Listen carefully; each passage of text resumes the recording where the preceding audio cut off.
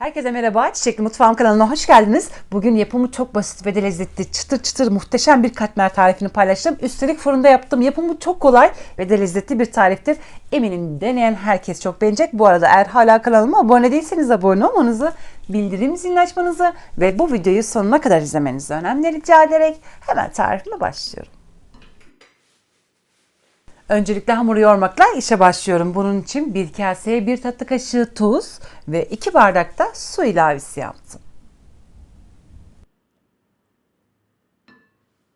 Ve toplamda 5 bardak un ilavesi yaptım. Biliyorsunuz ki ben bütün yemek tarifleri videolarımda standart su bardağı, her evde bulunan standart su bardağı 200 milim kullanıyorum.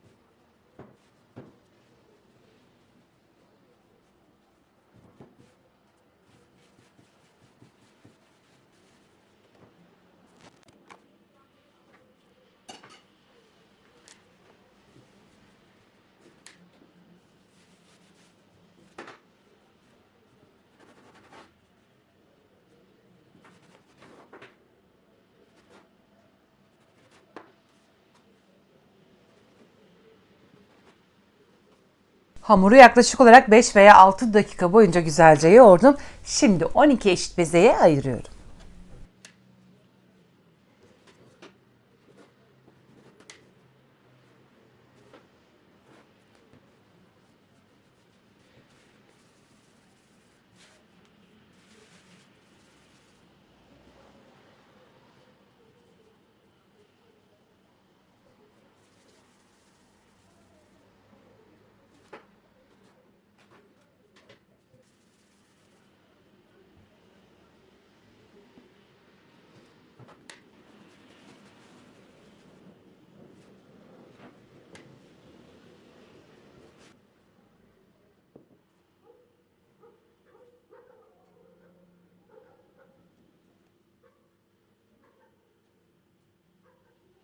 Hazırlamış olduğum bezeleri yaklaşık olarak 15 veya 20 dakika boyunca dinlendireceğim. Ardından hemen açmaya başlayacağım. Onlar dinlenirken ben de hemen haşhaşını hazırlamaya başlıyorum.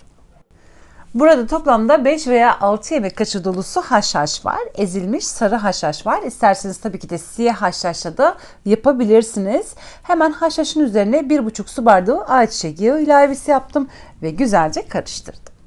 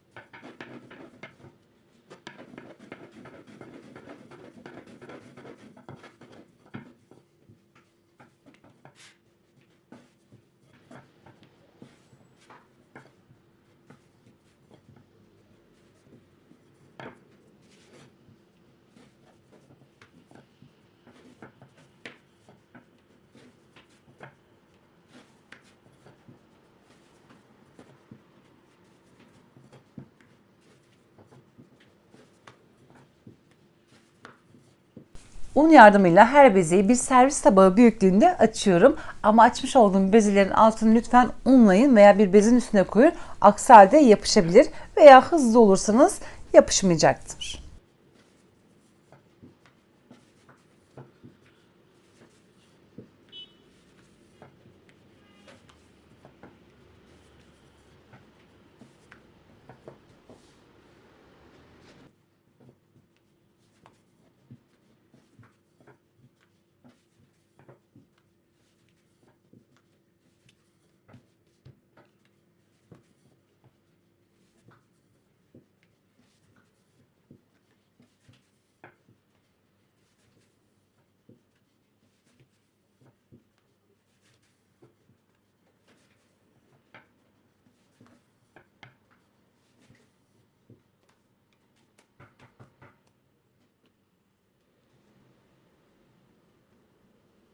Bütün bezeleri açtım. Şimdi hemen katmanlar halinde aralarına haşhaş süreceğim. Öncelikle bir tane bezeyi aldım bu şekilde ve bir tane yemek kaşığı haşhaştan sürdüm. İsterseniz elinizle de bu işlemi yapabilirsiniz.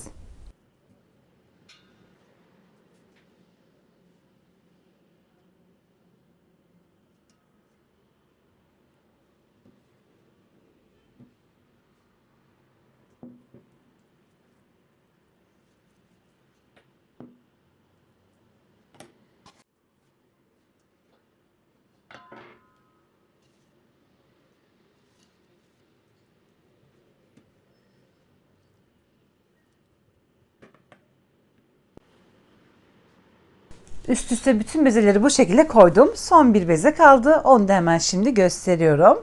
Bakın görmüş olduğunuz gibi serdim. Ve hemen üstüne bir miktar daha haşhaş ezmesi koyacağım. Ve artık bu tepsiden alacağım. Aslında böyle bir tepsiye de koymanıza da gerek yoktu. Zeminde de bu işlemleri yapabilirsiniz.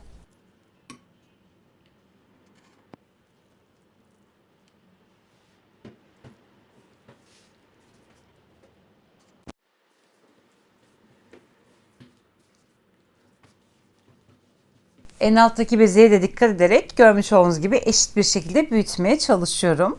Gerçekten de çok pratik bir tariftir. Gönül rahatlığıyla deneyebilirsiniz. Çıtırlığına bayılacaksınız. Hemen açma işlemini sağladıktan sonra bu şekilde parmaklarımın uçlarıyla büzüştürerek bu şekilde kapatıyorum. Hamurları birleştiriyorum.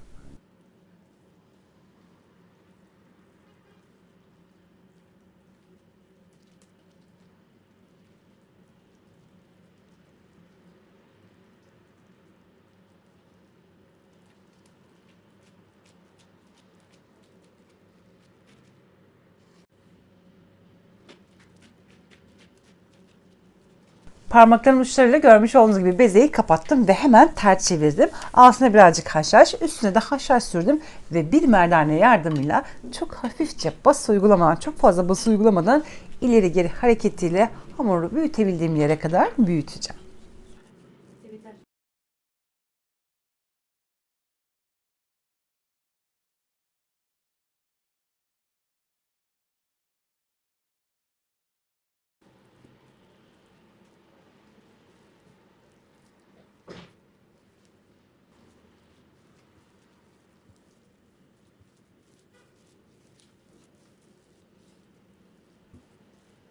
Evet, en önemli püf noktasını tekrardan söylemek istiyorum. Merdaneyle bu şekilde bastırırken lütfen çok fazla güç uygulamayalım. Narin bir şekilde büyütebildiğimiz yere kadar büyütelim. Ve bu esnada ben hemen tepsiyi ölçtüm. Tepsiyle aynı boyda mı diye. Bu işlemleri isterseniz tepsinin içinde de yapabilirsiniz. Tepsiyi de bir güzel haşhaşladım. Ve şimdi hemen bu açmış olduğum hamuru tepsiye yerleştireceğim.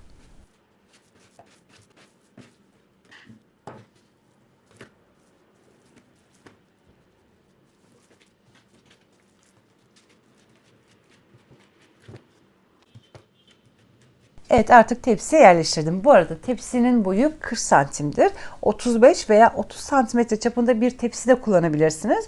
Onlar daha katmanlı olacak tabii ki de. Birazcık daha yumuşak oluyor ama tepsi burada büyük olduğu için daha çıtır olacak. Çıtır sevenler benim gibi böyle büyük tepsi kullanabilir. Üzerine sürmek için bir miktar haşhaş ayırmıştım. Şimdi ben haşhaşını da sürdükten sonra bu tepsiyi fırına veriyorum. 185 derecelik fırın ayarında ortalama 45 dakika veya 50 dakika, tabii ki de bu fırının performansına göre değişebilir. 45 veya 55 dakikanın içerisinde pişecektir.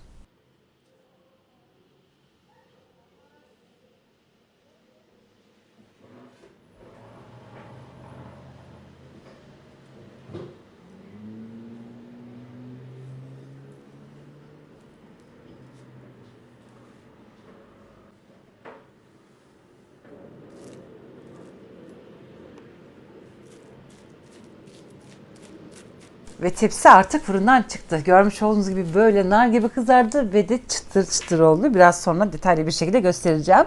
Şu anda hava karardığı için hemen sıcağı sıcağına kesip içini size göstermek istiyorum. Zaten çıtırısında daha biraz sonra daha detaylı bir şekilde duyacaksınız. Gerçekten de görmüş olduğunuz gibi çok lezzetli oldu ve de gerçekten de çok güzel bir tariftir. Eminim denediğiniz zaman çok beğeneceksiniz.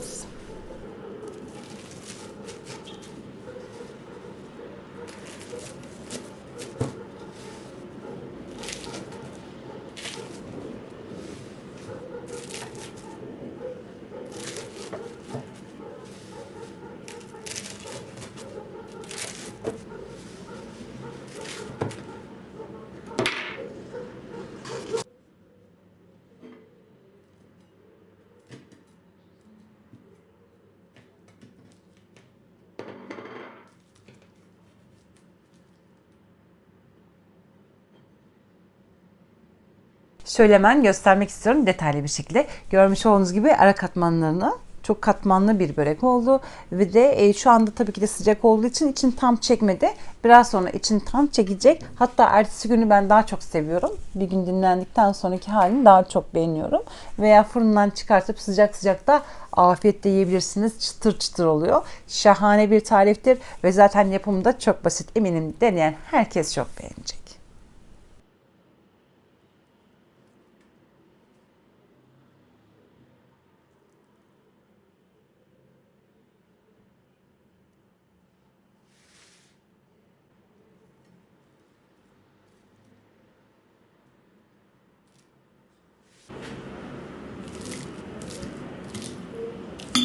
Ve böylelikle bir tarifimin daha sonuna geldik. Umarım bu tarifimi beğenmişsinizdir. Sizlerden gelecek olan mesajları sabırsızlıkla bekleyerek şimdilik vedalaşıyorum. Yarın yeni videomda tekrar görüşmek dileğiyle.